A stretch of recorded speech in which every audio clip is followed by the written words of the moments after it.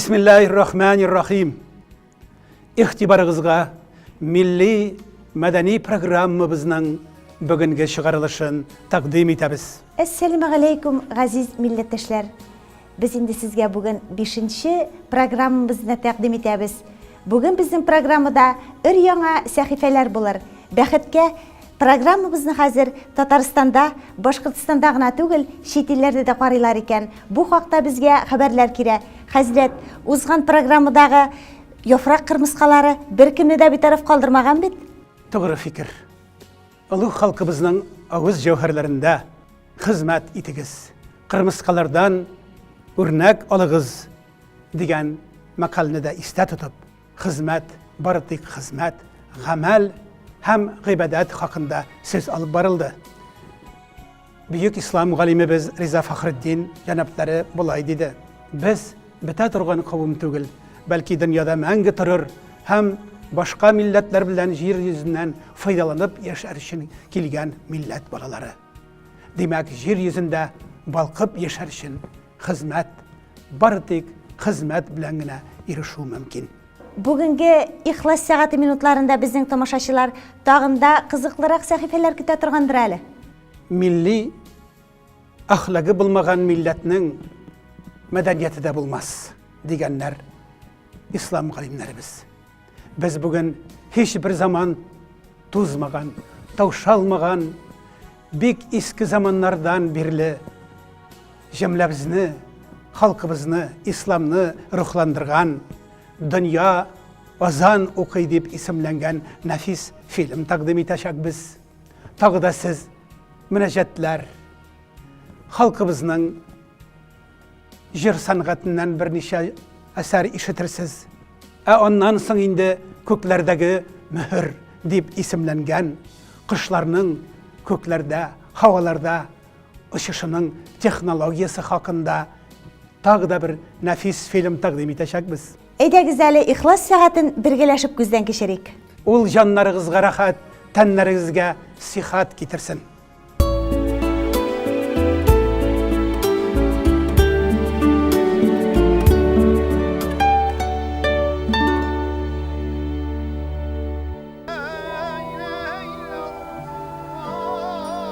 Dünya azan okuy.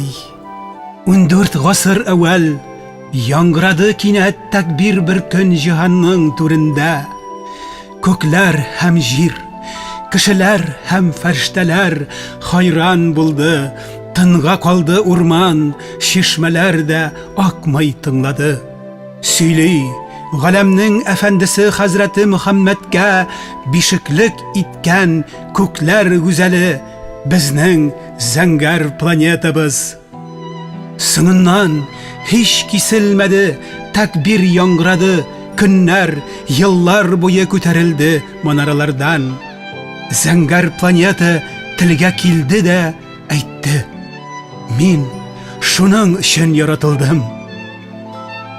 Köklerde, kıydgalarda hem dengizlerde saklangan sonsuz barlıklar onu isbat ettiler. Ayyi dediler, yaşauning tili bilen, o'z tilimiz bilen aytgan narsa haktan boshqasi tugul. Kichkina zangar planeta o'z ustundagi sonsuz barliqlarga tarjimachi bo'ldi. Jihon tiranliklarına to'g'ri tovush berdi.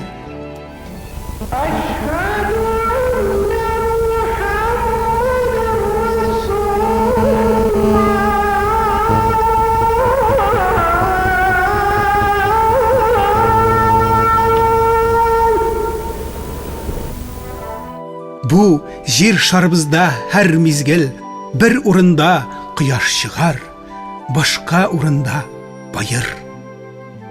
Her mizgil dolkın dolkın ozan tavuşları dünyaga bir artlı taralır. Her gün dünya milyonlarca til bilen yer hem kökler Rabbisinin birligin hem büyüklügün yangıratır köklerge. Her gün ütüşü bilen galemler efendisinin haklığına milyonlarca tapkır şahitlik ite.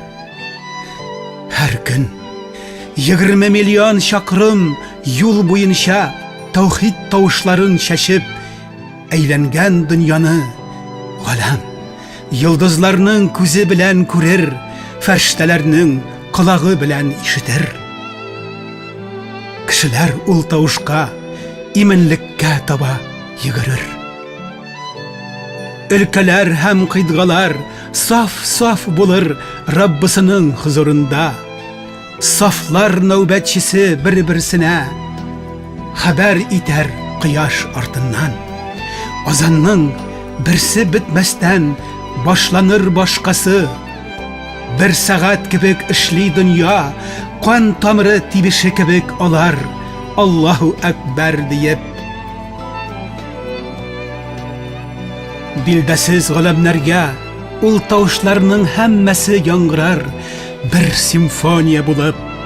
Gün шығыштан, gün batıştan, ötkenden hem kileşekten köterilgen azan tavuşları hemmesi birge işitilir şul taraflarda.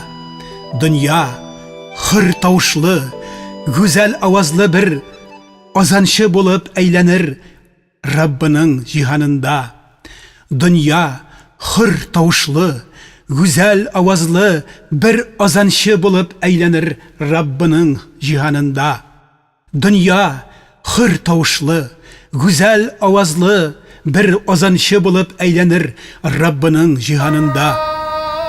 Takbirsiz bir adım yol ötmişe onun ismi ışar. Şahitligin ana bilir, köklerge ilan iter.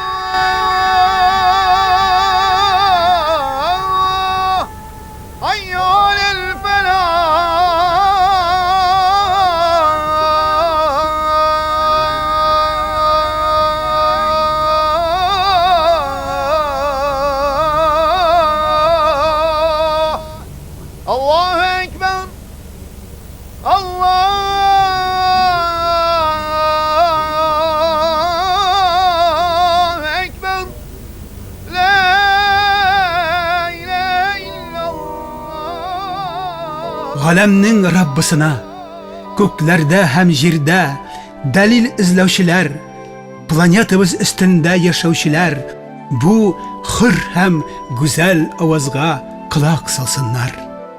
Bu dünyada, her tın alışımızda, minlerce til bilen birge, özünün büyüklüğün şahit ittirgen başka birersi var mı?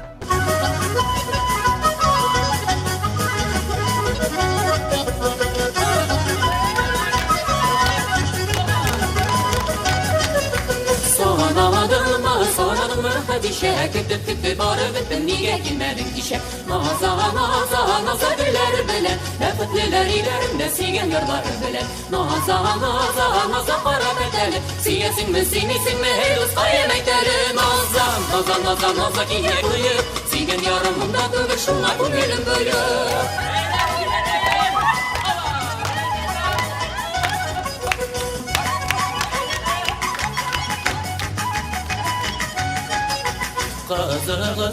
Kızını kıymaz yigit bilen oynanmasa şıbık bilen kıynağız. Naza gülleri bilen Bəxtliler ilerinde sigen yarları bilen.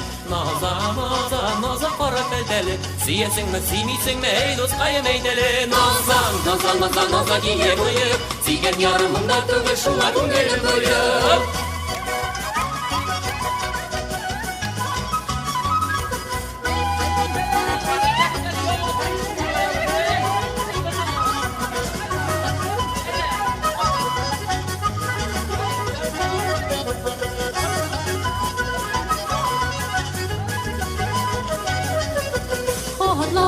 Sancır yazmış maqlarına, bütün yerlerin bulması kirem kuşaklarına. Naza dilleri bilen, Bəxtliler ilerinde siyen yerleri bilen. Naza para bedeli siyesin müsimisin ne hedis kayım edeli. Naza giye koyup sigen yarımında tübür şunlar bu gelin bölüp.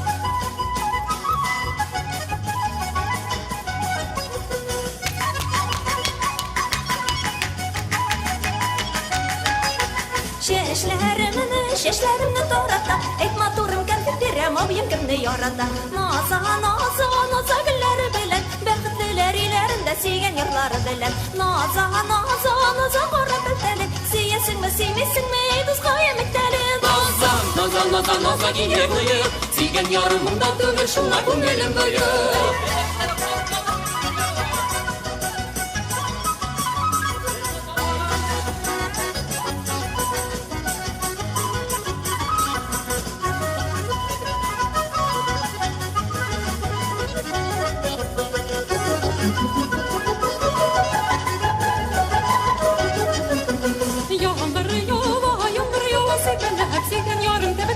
Yüzümü ben şungelip Naza naza naza gülleri bilen Bəxtliler ilerinde sigen yarları bilen Naza naza naza qara bilteli Siyesin mi siymesin mi Duzqaya mikteli Naza naza naza naza giye bıyık Sigen yarımında dövür şuna kumgelim bıyık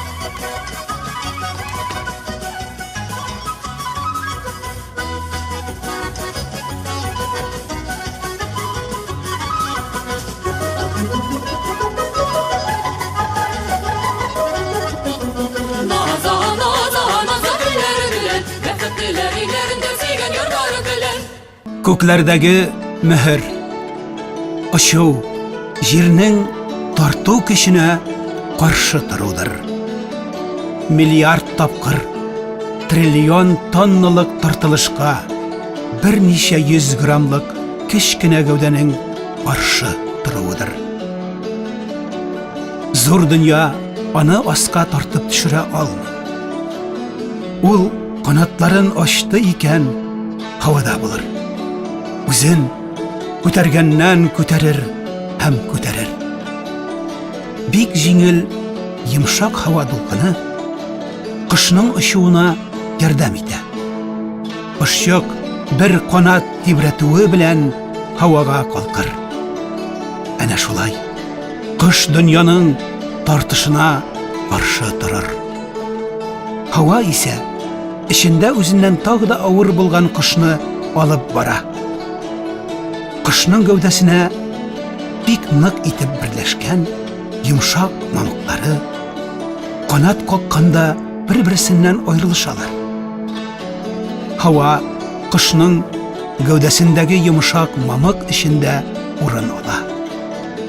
Шул вакытта кош мамыкларының, канатларының нинди кыяфәттә, нинди шәкелдә булганнарын үзе һич кенә дә белми дә, күрми дә, аңламый да.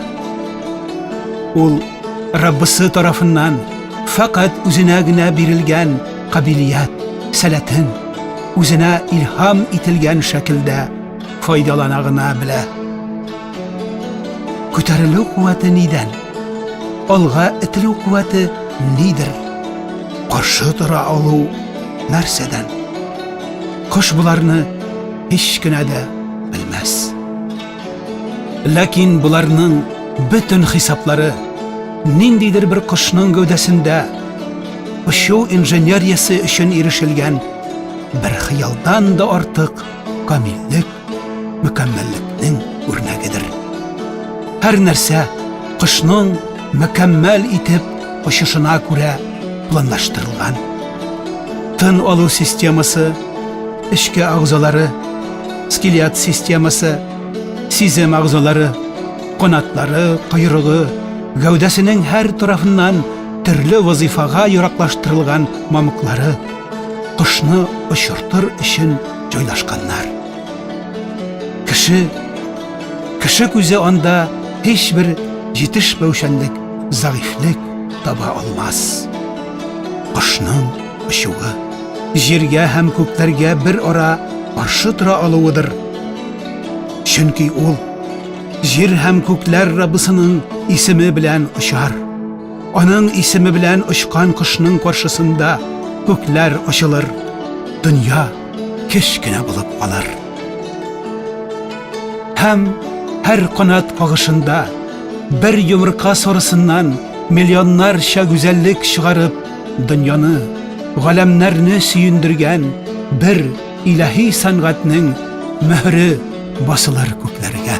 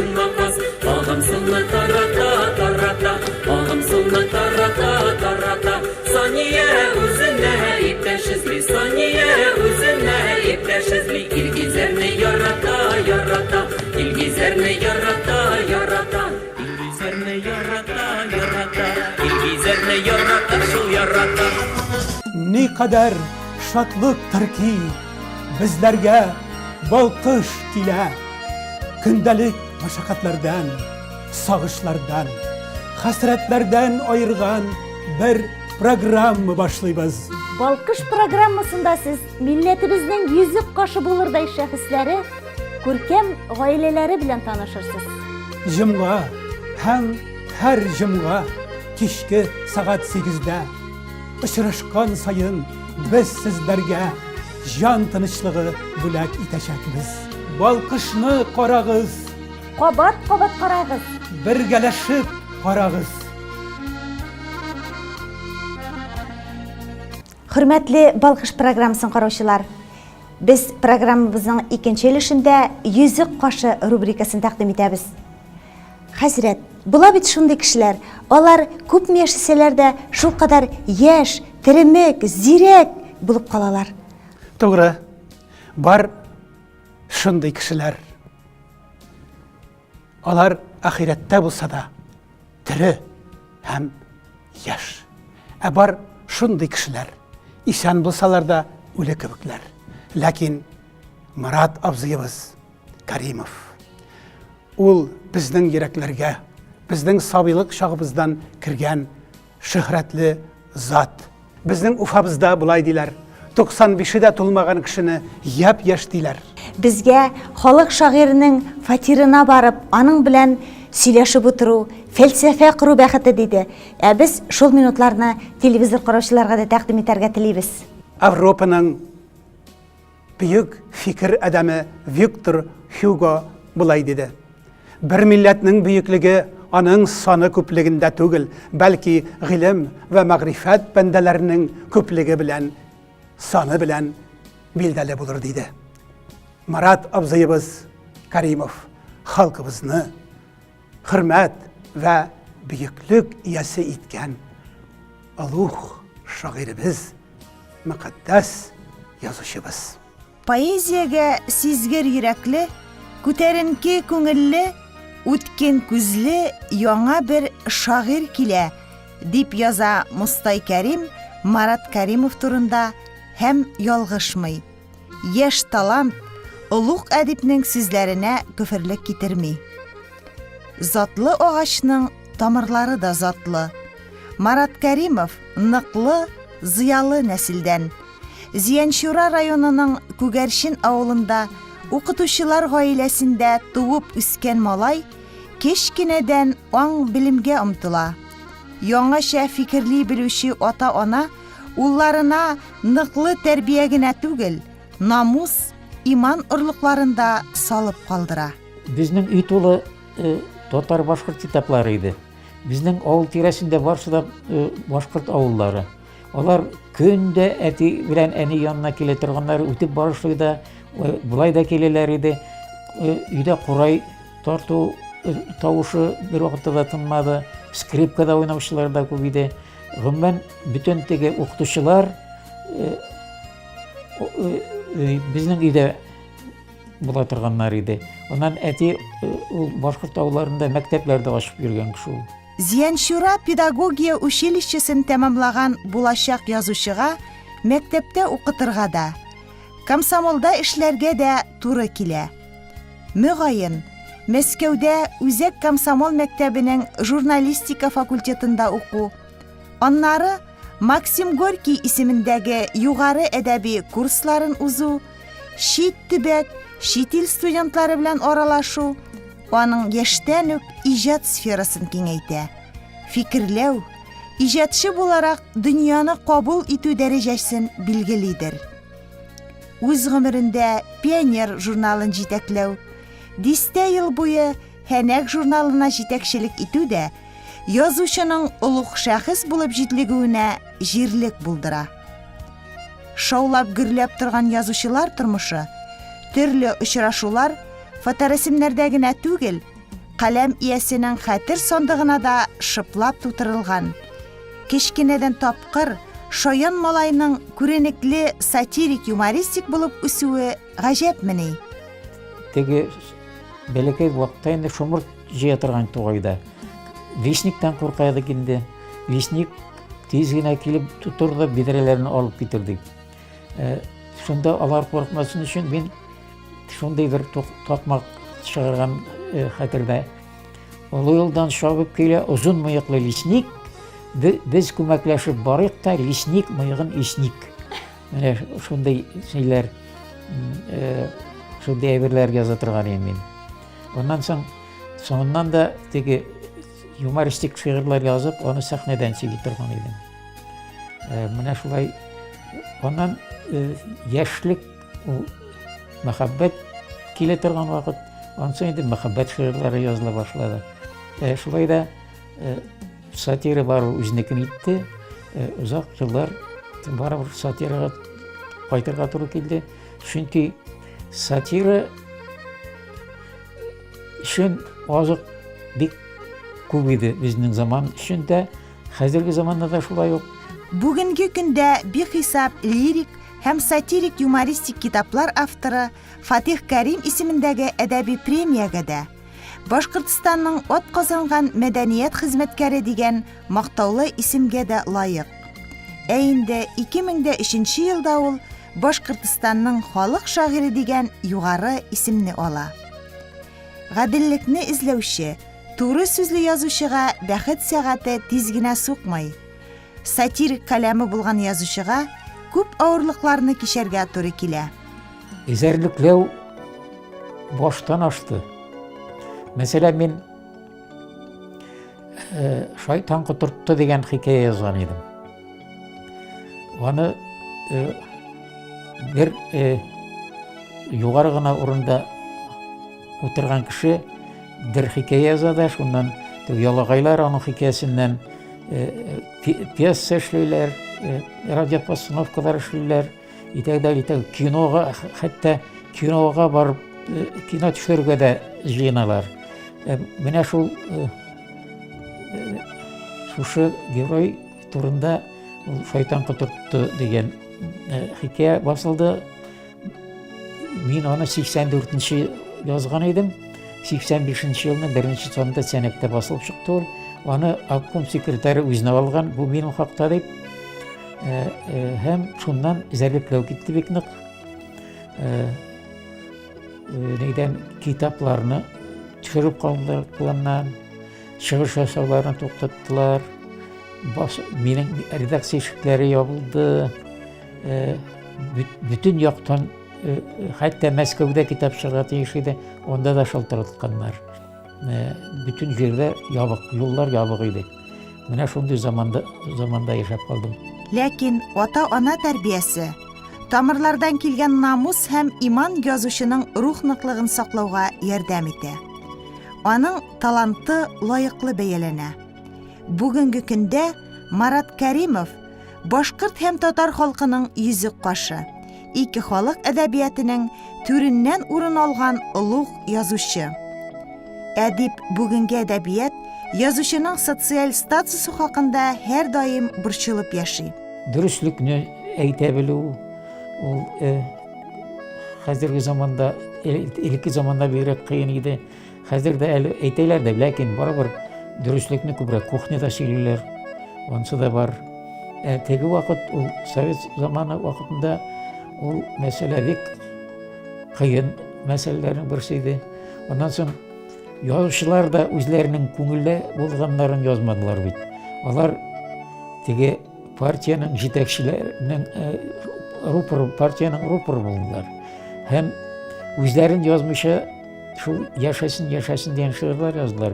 Хәзер заман иләге бик вак, хәзерге заманга ул вакыттан чыккан шигырьләр бик сирәк.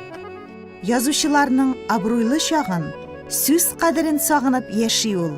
Мин, мәсәлән, беренче тапкыр язучыларны күргәч, Гариф Гомәрне күрдем, Назар Нәҗмине, Гайнан Әмирине күрдем.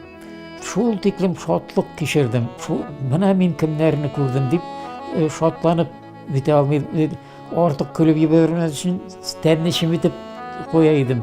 Теге бу нинди ахмак көлеп утыра, җылмаеп утыра дип уйламасыннар дип. Менә шундый Алла итеп күргән кешеләр иде язучылар минем өчен. Оннан соң 60-нчы елларда язучыларның абруе зур иде. Ул вакытларда язучыларның абруе зур иде.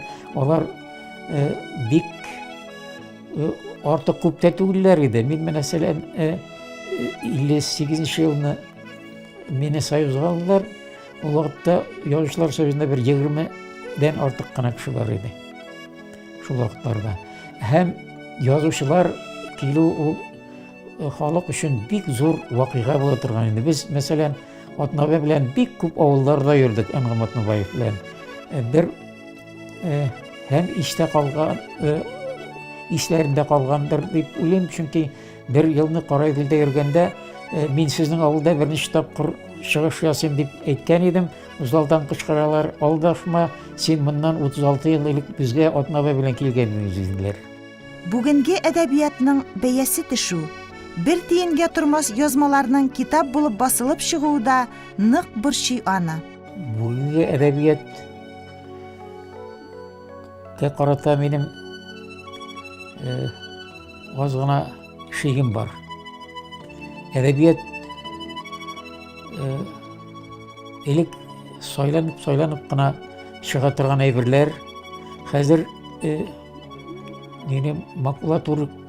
макулатурага китә торган әдәбият басып килә. Шын әдәбият югалып калгандай. Аннан теге ниләр, җен преступниклар, хыянәтләр, җинаятьчеләр турындагы ниләр, билетристика күбәеп китте. Әдәбиятка кеше үзен алып килергә тиешле. Өйрәнү, теге әдәбиятны укып килергә килгән дә язучылар була, ләкин ул соңыннан барыбер үзен табырга тиеш, үзен булып калырга тиешсең. Әдәбият ана шул яфраклар, агач яфраклары кебек айрым гына шәхес булырга тиешләр. Менә бу шәхесләр булу зур эш. Шәхес булу әле үзеңнең әле кешелек сыйфатларың булуына бәйле. Менә безнең Сәләх Кулибайлар, Саид Айышлар, Баязит Бикбайлар, ана алар шәхес иде, һәрбер шәхес иде. Алар үзләре бер дәүләт иде. Шагыйрь үзе шулай ук дәүләт булырга тиеш үзе. Һәм бүтән министр иностранных телендә үзе, президенты да үзе, һәрберсе үзенең урынында, һәрберсе ул хөкүмәт. Һәм шуңа күрә дәүләт дәрәҗәсендә фикер йөртергә тиеш ул кеше, шагыйрь, язучы. Әдип каләмдәшләренә дә таләпне югары куя. шын талантларның кадерен белмәүче система белән дә килешә алмый. Хәзер әдәбиятның башы бар, но ашы юк. Хәзер парадокс менә шундый. Бүтән җирдә хаклар ничә ел буена арта, гонорар шул килешенә калмый, кими. Менә шулай итеп ашсыз әдәбият хәзер шул ни өчен хатын-кызлар күп әдәбиятта, ирләр юк. Ирләр хәзер килмиләр әдәбиятка, чөнки ул ашсыз әдәбият, ул аш торырга тиеш. Халык шагыйре дигән улуг исемне йөртүче каләм иясе бер кайчанда каләмдәшләренә битараф булмаган, үзенең сатирик-юмористик мәктәбен булдырган хәстәрлекле остаз да ул.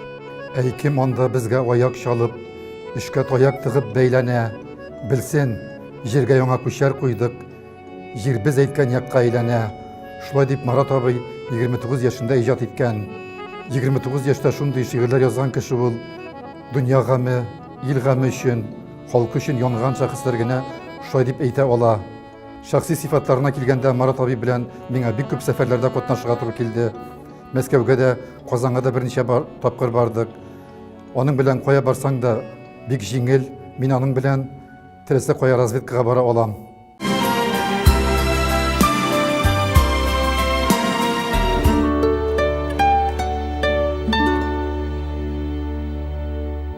Хөрмәтле телевизор караучылар, Башкортстанның халык шагыйре Марат ага Кәримов турындагы тапшыру әзерләү алдыннан без Кызыл таң архивына мөрәҗәгать иттек. Моннан нәкъ 1 ел элек мәшһүр журналист Фәрит Фатхуллинның бу хакта шул кадәр тирән иштәлекле мәкаләсе басылган иде.